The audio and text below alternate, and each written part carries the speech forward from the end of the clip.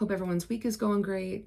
I myself have been making lots of shifts around my life. I've been getting lots of rest and trying to pace myself. My energy is changing a lot. I'm noticing like cancer season knocked me on my ass, and between readings, I was like practically in bed or laying on my back porch, like trying to decompress. I've got like boundless energy right now, but I noticed that I have to pause and rest like twice a day. And it's something that my schedule allows, and I feel lucky to do. But I have a message that came out. I was just taking a nap today, and I had this message pop out so loud, and it's around allowing yourself and giving yourself the permission for transformation. And this is for anyone out there who are experiencing a very uncomfortable point in their lives where you're looking around and you're realizing that A, it's not enough, that you need more, or B, that something has to shift and change.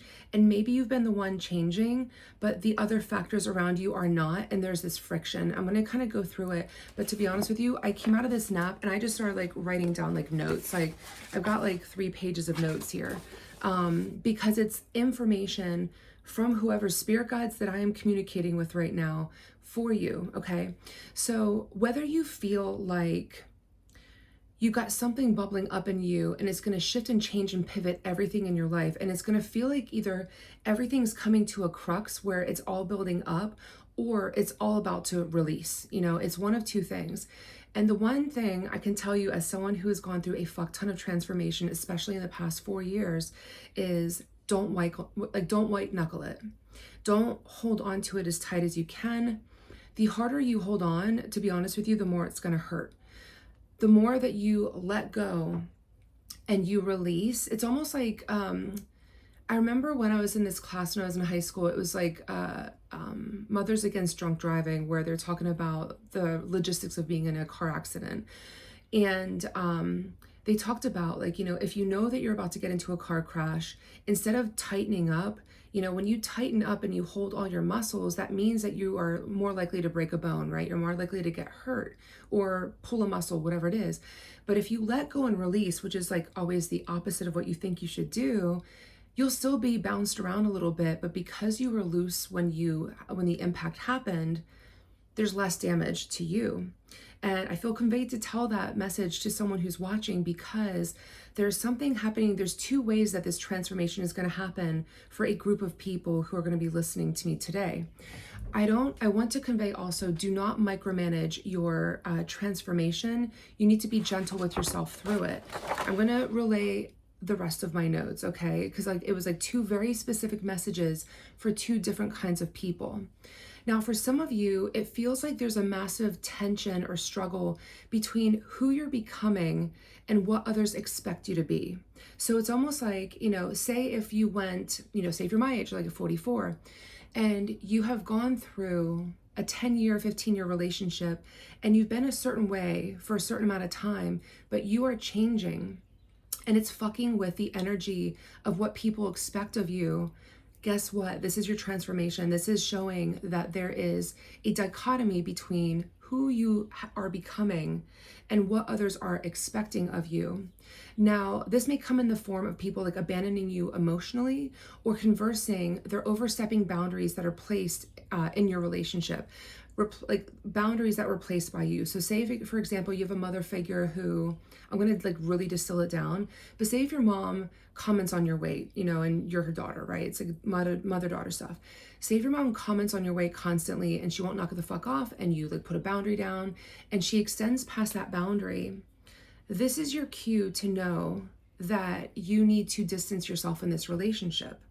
Now, I want you to think about something, and I'm going to put it in a very specific way, because a lot of times when we want to hold boundaries that are healthy for us, when we express those boundaries verbally, a lot of times the other person will say that, well, that's your problem. Like, you don't want to hear that. You don't want to address the fact that you're not healthy. Like, they'll give you some kind of bullshit example and guilt you into, try to guilt you for having a boundary.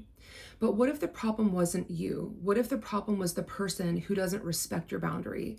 That person doesn't respect you. I want you to ask yourself that, because a lot of times, especially as women and sometimes as men, we are taught to people please. We're told, oh, this is your family or this is your friend, like you have to get along with them, do whatever it takes to make that happen. But what if this person, the person who doesn't respect your boundaries, or the person who has unrealistic expectations around their relationship with you, is the one who is the problem and it's not you? I want you to stop people pleasing, okay? I want you to look at all the kind of people pleasings that you're doing and the ways that you are turning yourself inside out to make everyone else happy. You're not the problem. I want to posit the fact that maybe the people not respecting you are. Now, the outcome of you understanding this and leaning into it is the fact that you give yourself permission to make decisions and choices without having to apologize for just being yourself, right? What if you lived in a world where people actually respected what you needed and you didn't have to apologize for asking and communicating what you need to be happy, how you prefer to be shown up for? Now, I want to also convey this because this is something that it falls into my lap a lot as a person.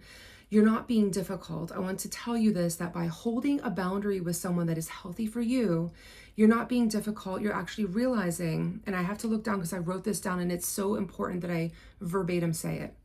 You're not being difficult. You're finally realizing that a relationship that requires you to be someone that you're not is not a relationship worth having, regardless of who that's with. That's one transformation that I got a download on just a couple minutes ago, and I scribbled my notes down. Here's the other one.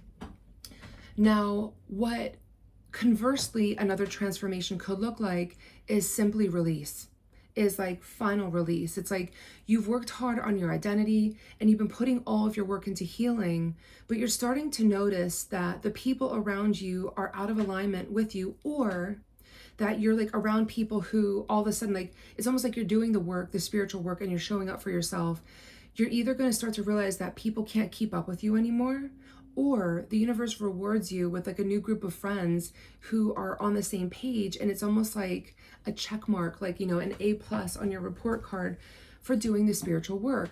It's going to happen both ways. Now, that transformation can be really positive in that, as you are ascending into this new identity and who you are, you have this really great community that supports who you're becoming, right? And that's amazing. But then what happens as well is that you may have, and it's usually like a friend group, but like you may have a friend group that you just don't align with anymore. And you're just like, and you don't want to Irish goodbye, but you also you don't know how to communicate with the fact that you just don't vibe with them on a certain level, and that's okay. You can release with love. And I wrote this message very specifically.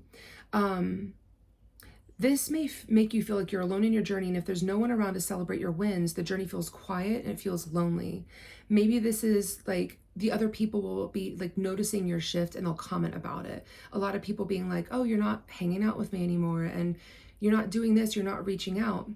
This may look like many things. Say for example, I know for me, like when I quit drinking and I just changed my lifestyle, I realized that I didn't actually have to be at a bar to decompress, after a long day of reading people. So I started finding other things to do. And I know that there were people around me that felt abandoned because they're like, hey, we never see you anymore. And it's because I was trying to figure out my energy of, when you don't drink, when you're not in a bar, when you're not spending your money on that, you don't know where that time goes. It's like you don't want to be in that environment anymore. So you're trying to almost like create a new identity around it and recalibrate, right? But a lot of people get their feelings hurt because they're like, where'd you go? It's that kind of a thing. When that happens, I just want you to simply keep going. If you're in that kind of like weird, sticky moment of like release, I want you to keep stepping through it. Because here's the thing, you are growing spiritually and you're no longer comfortable in a life that seemed to support you before. I don't want you to stagnate your growth for comfort. I don't want you to like take all the steps that you've taken only to like correct yourself and say, oh, just kidding, I'm afraid of like leaving all these people behind. I'm going to go with what's comfortable. You're going to shoot yourself in the foot when you do that. You have to allow your transformation to happen. You have to let things fall apart. And that's the biggest thing that I can convey right now, is that as you move forward through this transformation, and I will say this transformation feels like it's happening between now and December of 2025. Like, this is an internal revolution for people who are doing a lot of spiritual work and starting, you're almost at that beginners to intermediate level, but you can't get to intermediate until you like release certain things, right? You have to let things fall apart. You have to let them completely go. And you also have to establish a language around where you're going. Even if you don't know, you have to find a way to convey it in a clear way so that you can minimize the damage of those around you. Or conversely, if you've done it and you've experienced and like expressed what you needed in those relationships and people don't honor it, then you're not the problem. You have to release with love and you have to keep going. And then the last message I wrote, specifically, this is for one person listening. Transformation doesn't happen to those who choose the easy path. You have to let go. This new reality is yours for the taking. You need to release your fears and your ego around this whole shift. Transformation is amazing and it's magical and it's terrifying and it is like a soul shift. And whoever is going through it, like, I'm here for you to support, like, you know how to find me, but find your people too, you know. But the biggest thing I want to say, and this is a lesson that I had to learn, was the boundary thing. Is, you know, when you're in transformation, you really have to stick to those boundaries and you have to stop seeing yourself as the problem. You're not the problem, okay? I can't say that enough. I'm here for you.